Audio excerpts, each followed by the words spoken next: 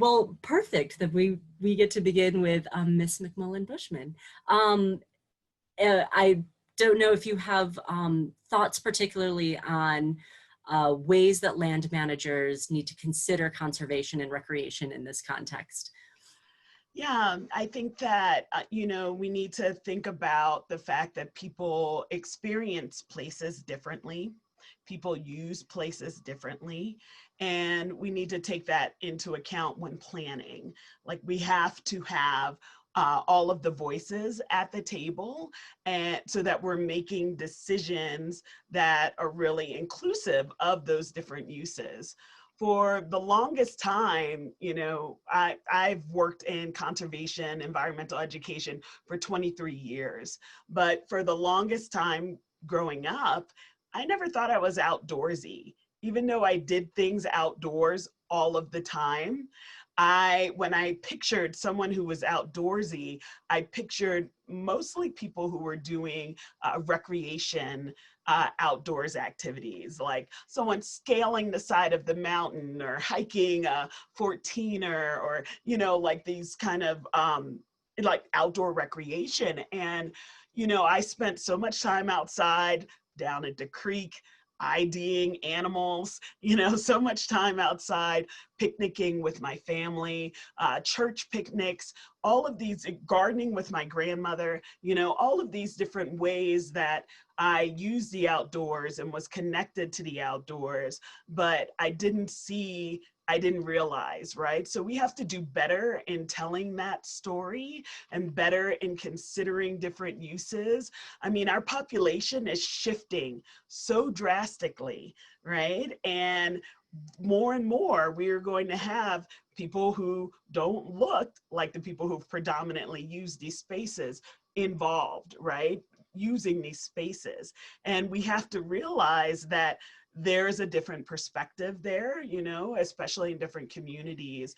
And that with that population growth, there's going to be large political and social implications of our increasingly diverse nation. And we have to think about that. One last story I'd like to share is I had a friend who worked for a park district in, I think, North Carolina, and they got some funds to redo their park, and we're very excited. They talked to the rangers, and the rangers kind of gave them feedback for what they thought would make a really great altercation, alterations to their park. And so one thing that they said is, we're tired of moving picnic tables, and we want all of our picnic tables to be cemented in, those nice new kind of cement islands of picnic tables, so nobody moves them. And so they did that. They put that into the plan, that you would not, the nice little individual picnic tables and little picnic table islands, and they were bolted into the ground so no one would move them. And immediately their visitation from their local Latinx community dropped off, right? Because that community wanted to move the picnic tables and have big family gatherings, and they weren't individuals or small families just getting together to have their little like lunch before a hike. They were having big family barbecues and using that space differently. And they didn't ask that community before they made that change. And so we can have really big implications on how our communities use our spaces, and whether or not they feel welcome or feel like they want to come to that space again, if we are not taking their voices into consideration. Thank you. I'm going to move on to my next question, but I'd like to just stick with you for a moment, Parker, if that's okay. As we've all witnessed this summer, there's some really deep social justice inequities in our society, and all three of you have already touched on so much of this. But wilderness and public lands are characterized as escapes from everyday life. How do these broader issues of social justice inform ways in which historically excluded communities value public lands? I think, people value spaces that they feel connected to, and that they feel like are a part of of their knowledge, their world. And sometimes people don't always feel connected to public lands. And we've talked a lot today about the history and how we can do better in showing and creating spaces where people feel included, right? And dealing with historical issues that make people not feel included. I think we also have to realize that social justice issues are tightly wound into conservation issues, and we want to think that they are separate, but they're very tightly tied together. We want, as like I'm an environmental educator, as an environmental educator, I'm trying to get people to that space where they are like, I want to do something to save the planet, right? I want to do something to make my world a better place, right? But if you think about that, that's like a really high level goal, that thinking about something outside of yourself is a high level goal. And if we look at Maslow's hierarchy of needs, right, that's at the pinnacle self-actualization goal. Well, under all of those goals, we've got, you know, being able to take care of our base needs like breathing, eating, taking care of our shelter needs, taking care of our security needs, our safety, our community needs. Then we have being able to create family and friends and love, and then we have esteem, and then we have self-actualization. Well, if we have community members that are, you know, like telling you they can't breathe. We've heard that a lot, right? This past summer, telling you that they feel oppressed, telling you that they are dealing with these issues, so they can't deal with this like top level need, then suddenly like social justice becomes a climate change issue, right? Social justice becomes this like issue for preservation of our natural lands, because people can't even think about this until we can deal with this. And so we have to show people that we are tied into their needs, tied into their wants and thoughts, that we take those seriously, and that we know that they're directly tied into the work that we do, because it is all connected. So. Thank you. And I think that, you know, Noe, when he started his comments, touched on these ideas of environmental justice and how the environment is affecting different communities and if they're being brought in to these conversations. Noe, I will throw it back to you if you have anything to add. No, these are important conversations to have because it's bigger than just public lands, right? If we think about public lands and open space as just this isolated thing, then let's preserve it. Let's make sure that we protect it for the next 1,000 years and ensure that it's there and we did our job. But the story doesn't end there, right? The reason why we love and preserve public spaces is because human interaction it's happening in these spaces. And this conversation really ties to my personal story because it's something that I experienced directly, right? Public spaces is tied to history and identity and culture. And when those things are removed from people, it creates a void. We have 7 generations of men who have been incarcerated, Black and brown men. And if these men didn't have an identity, they don't know their historical context, they don't have access to public spaces to recreate or participate in some type of ceremony, you lose yourself. You lose your identity and you lose you lose the value of humanity. This leads to anger, confusion, violence, and ideally in the justice world, right? You would say, oh well, they deserve to go to jail because they're violent people, but that shouldn't be the end all conversation. It's not a narrow vision that way. Young people end up being incarcerated or dropping out of high school and being considered throwaway children. These things are all interconnected to preserving and protecting public spaces. Just like Parker was talking about, environmental justice is a social justice issue. So I just want to leave you guys with imagine a world where children of color, were born with their entire wholeness, their identity, their historical context intact at a young age and built up as people. I say man because I identify as a man, but in general, as a community. We would have strong people who will be in these places where you guys are land managers, right? Positions of protecting spaces and in other fields, right? We are very centered in our environmental public spaces sphere, but there's so many other buckets that expand outside of here. We need to be able to create these holistic spaces for the healing of our nation and then rebuilding of young people of color. And this space, land managers have a responsibility here. Open up these spaces to people to be able to practice and to heal from this trauma. So yeah, I think like as we're having this conversation, it really opens up that conversation about it. We can't just talk about it in these silos, right? These things are not just singular things.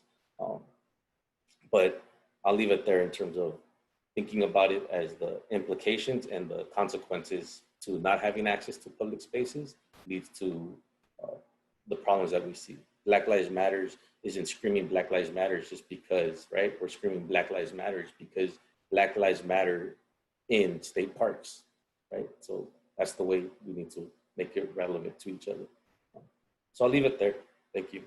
Ernest, I would love to hear your thoughts on this idea of how social justice informs ways that historically excluded communities value public lands or relate to public lands. No, absolutely. And I think that the additional thing I'd add to this conversation, I think what we've seen in Colorado is something that was in movement, but I feel like with the larger social justice conversation and efforts, it's definitely increased. And that's one area like land acknowledgements. Conversations I get every week, if not every other day, I get a question about land acknowledgements. Should you do them? How to do them? How to not just check the box. Does it come across disrespectful? How to not do that? You know, I think you asked different Indigenous voices, and they're obviously going to have their own opinion on land acknowledgements. My personal opinion is I do appreciate when people want to have the conversation around land acknowledgements because it opens a door. And land acknowledgements have been initiated by Canada and First Nations people's meetings by always addressing which land you are currently residing on, recognizing that history. Truth and Reconciliation Commissions, especially in South Africa after apartheid, put on the map and starting to have this conversation about reconciliation. Same thing with Maori and Aboriginal cultures in Australia and New Zealand. This is newer to us in the terms of the context of Indigenous communities within the United States. It's not a new concept in other areas. And I feel like that acknowledgement first has to start. And we've talked about from the historical context. So I think land acknowledgements is one of those things that has started. I also sit on the board of trustees for Fort Lewis College down here in Durango, Colorado, and where we graduate more Native American students in undergrad levels of STEM related degrees than any other institution in the country, but that also started with a very difficult past. We started as a boarding school. Fort Lewis College was a federally sanctioned boarding school, off-reservation boarding school that was created in the late 1800s. Colorado had 4 different boarding schools, but I bring that up because these type of historical contexts need to be discussed and then ways to move that forward. I think another example I'd provide is place names. You know, looking at these mountain peaks, 14ers, 13ers, should Mount Evans be changed? These type of conversations Colorado has been having for a while, but I feel like the much larger context and conversation has really driven down into focusing on what these histories mean, how they're connected to a larger population, and you know, and what that all means in the greater context.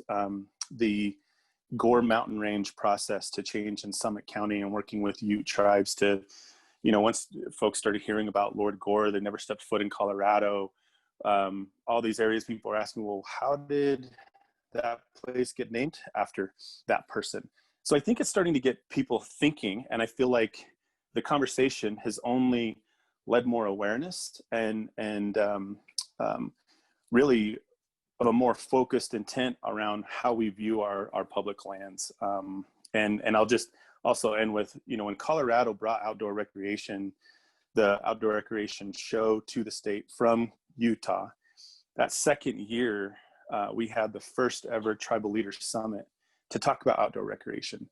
Those type of conversations, how they mean today is as important as our conversations of what happened 150, 200, 400 years ago to indigenous cultures. Because one thing is we want to let folks know we're still here. We're not stuck in a black and white photograph in a museum or in a historical context. We're not trying to continue, this portrayal of American Indians, of the Dances with Wolves movie or anything like that, that we have thriving cultures today, and they want to be a part of this conversation. And then more importantly, we have youth that we want to hopefully grow up to be land managers. And how can that connection happen both from a historical context and a contemporary context? We have a few minutes left. We have about 15 minutes left, and you three folks have a rapt audience. So if there was just one thing you really wanted to drive home to all the land managers who are sitting here about valuing public lands, what would that be? I think we really have to examine the ideologies from which our organizations are built on. And so, we think about how can we be better people as individuals. We can think about our own personal unconscious bias, which everyone has bias, and we need to be having those conversations more and more. I have bias, you have bias, and how can we create systems that help mitigate personal biases in the way that we create organizations?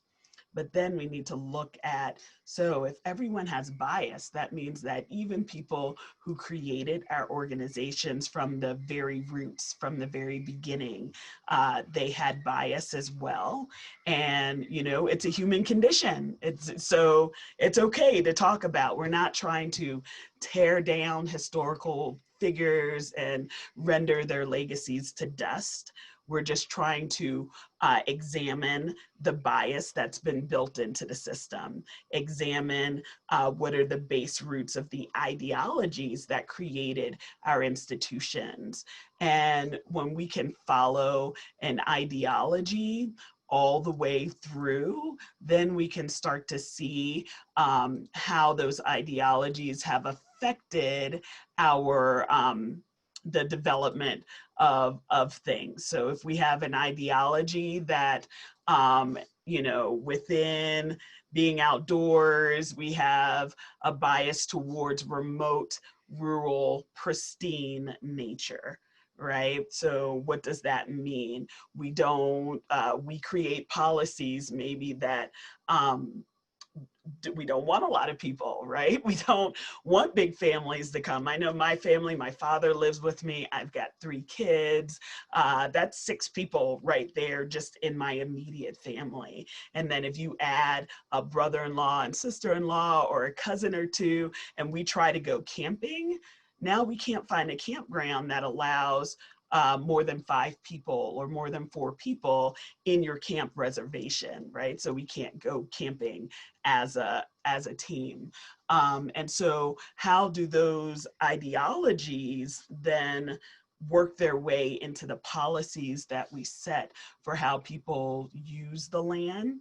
And then how can we start to think about those differently or mitigate those? Maybe there's certain sites for large groups, not parties or not Boy Scouts, but like certain sites for larger families, right? And yeah, anyway, I'll stop there. that's a really like actionable thing to talk about, and that like land managers can start to think about and grapple with. Noe and Ernest, I do want to have that same question out to you all, but there's a couple of questions in the chat, and I want to make sure that we have enough time for those as well. So George has asked, is increased presence of people of color on our public lands in the future seen as the result of increased equity or as a means to increase equity? I think I'm trying to figure out. Yeah. So is it that if we have more people, people of color in our public lands in the future, did that happen because we increased our equity, or does having more people of color force Right. equity to happen? Is that the question? We will have some forced equity if we don't change. So that is a fact. When we think about our huge population shift, a lot of times we want to believe that if people aren't there, right, then they're not anywhere. Like if people of color aren't visiting my space, then it must be because they don't like the outdoors in general, and that's why they're not there. But the truth is, people are creating their own thing. People are active in spaces that feel comfortable to them. And so if you don't increase not only equity, so like getting people there, but we often look at it as a deficit, like, oh, people aren't involved just because they don't have the money, right? Or because they don't have the transportation. But it's also about true inclusion that makes people feel welcome and like they're a part of it. And so if they don't feel like they're a part of your organization and the work that you're doing, they're going to continue to work to create their own thing where they do feel comfortable. And then that is going to be the thing that people vote for, that people give money towards. When I was at the Butterfly Pavilion, we talked about this in terms of SCFD monies, which go to support culturals in the Denver metro area, and people vote on that every 10 years. And if every 10 years, our population, in 30 years, we're going to be a majority minority population. And so in 30 years, every 10 years, people are voting. And if they're saying, I don't go to those places, I don't feel like I never step foot inside Butterfly Pavilion, why would I want to give extra tax money to them, right? Then the way that you get funded, right, and that's SCFD, but that's taxes, that's other things, are going to shift towards things that people feel more comfortable in. And so there can be forced equity, like people are now forcing that equity. But if you do it ahead of time, right, and you do the work, then people will see value and support the work that you're doing. If you don't, then I don't think people are going to just come because, like they're going to go someplace that they feel welcome. For me, the result of this work will result in more people of color interacting in public spaces. But for me, it's larger than that, right? That would be a failure in my eyes if it was just recreation. People of color need to be reflected in the employment of parks and wildlife. We need to look at the language that's in our policies, in our practices, and remove any racist or any prejudiced language outside of the context. And we already talked about the historical context, right? Like the people who live in Colorado need to be reflected and represented. And it'll be a shame that if in the next 2 to 5 years, we do not see that, because this information is already here, right? I mean, I heard History Colorado is in the house, right? Like there's so many people that are not white throughout the history of this state that could be highlighted. And we don't need to dig deep to find that information. So if we can't do it in our own respective counties, why not? Why are we struggling there?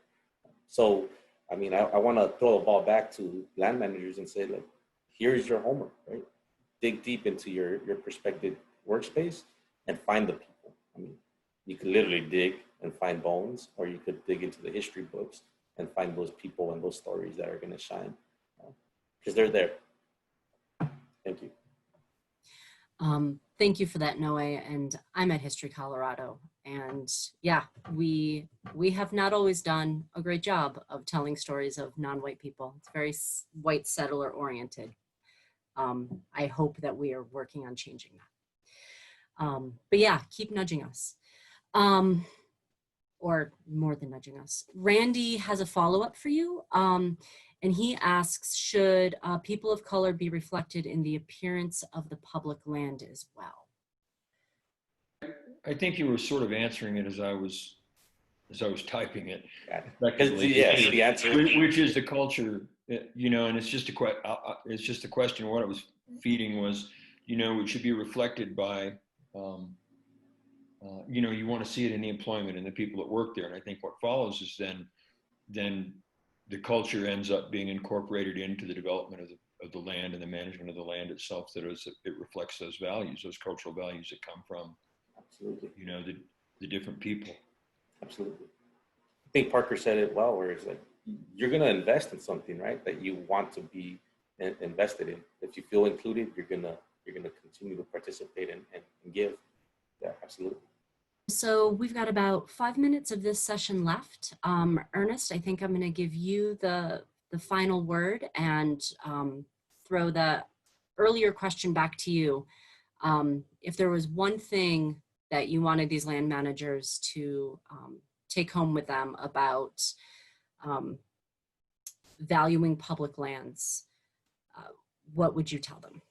No, thanks for that. That's a lot of pressure to go to be the last word here. Sorry. And I should have mentioned this earlier. I do appreciate this opportunity in the conversation, because I think it's conversations like this, to be completely honest with you.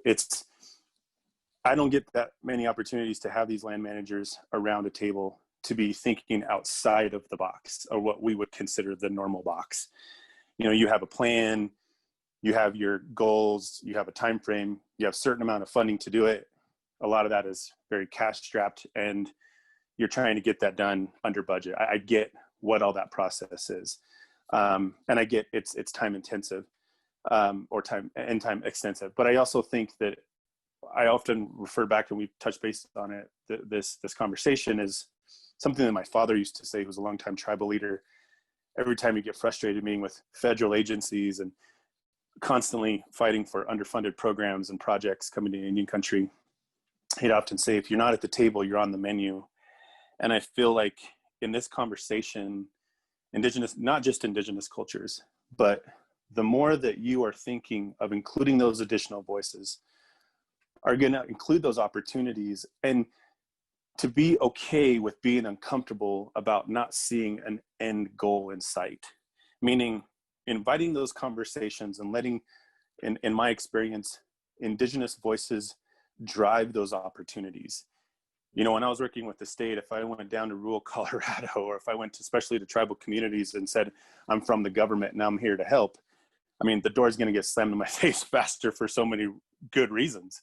But because the point is that we've tried to write the context, we've tried to write the history, we've tried to find the silver bullet for indigenous communities, no matter what the issue is, at all levels. And so I think by getting those voices to the table, having them write that narrative, having them be the author of what those opportunities might turn into, it's far more than I could say right now of, oh, this, you could do X, Y, and Z, or it could produce this document, or it's going to lead and be more of a fruitful conversation in every aspect. But it's just getting comfortable, A, with being uncomfortable, but then B, just getting that outreach, starting with the conversation, especially with the pandemic now. It's been very interesting how we've transitioned tribal consultations to more of a virtual format, to more of a Zoom. So now we have tribal communities that maybe perhaps might be able to participate in a conversation that they wouldn't otherwise have, because they couldn't they were underfunded. They couldn't maybe sit down and go to a meeting in Golden or Boulder or Longmont or Fort Collins. And so I think that it just starts with that conversation, and it starts with that opening of that door. And again, just to hope, in hopes that at the end, we're not an afterthought. We're not brought in just to check the box because the plan has already been developed. And then someone told you, oh, you know what, you should check with this tribe. And then the tribe comes in and goes, oh man, everything's already laminated. It's already ready to go and ready to be sent out the door. We wish we were a part of this conversation when you were developing it, so we could be a part of the development with you. You know, I see that a lot in my own work, trying to make sure tribes and other folks are getting to the table earlier in cultural resources. I may have fibbed about you being the last word. We have one question, and I'm wondering if we have time for this, Julie and Jonathan. Yeah, go ahead, Holly. Let's take that last question, and then we can do our break. Thanks. Yeah. So John is asking, would any of the three of you be willing to speak more about the connection between spiritual practice and natural areas and the role of public land managers to understand this and act accordingly? From the Indigenous perspective, and if it's the John that I know, John, good to thank you for the question. And it's a very difficult one because that's a prime example of why these conversations need to be behind closed doors and with land managers and tribal communities specifically. Tribes have, for various reasons, and important ones, are reluctant to share a lot of these spiritual practices and the reasons for doing it in certain times of the year publicly. It's either been put in a book, it's been out of our context, it's used without our support, and then it's lost forever. And so that's why I've always encouraged at least some level, tribal consultation seems so formal. I don't think it's needed for a lot of different reasons. It could just be a one-on-one conversation. But that's another reason of importance, because a lot of these locations, especially identified on the Front Range, northern Colorado, have been used for a lot of times for spiritual uses. And it's been more than one use. And I can't speak to a Cheyenne or Arapaho or Kiowa practice. And even as a Ute member, I would have to consult with my cultural advisor to get the appropriate person to talk about what that might mean. And that's a one-on-one conversation. That's a very important, very serious conversation that tribes definitely want to ensure that is kept between those individuals if they're able to willing to share that information. And so I think that's yet just another example of why it's so important to build that relationship, because so many of these areas have always also provided a spiritual context along with whatever use it might have had. I don't know if Parker or Noe want to add anything before we adjourn this part of the session. Holly, thank you so much for moderating. Noe, Parker, Ernest, thank you for the invaluable wisdom and insights you were sharing with us over the course of this hour. I am so glad that we're sharing contact information, because if I've learned anything, it's that the conversation can't be had within an hour. It's just the tip of the iceberg. So looking forward to continuing these conversations today with our next panel after the break, but also into the future with NoCo and with the many partners on the landscape who have a stake in these issues and have knowledge and insight to share on what DEI might mean for public lands in the future and in the near future, not just the distant future. So, so thank you for that. I really appreciate this panel. We're gonna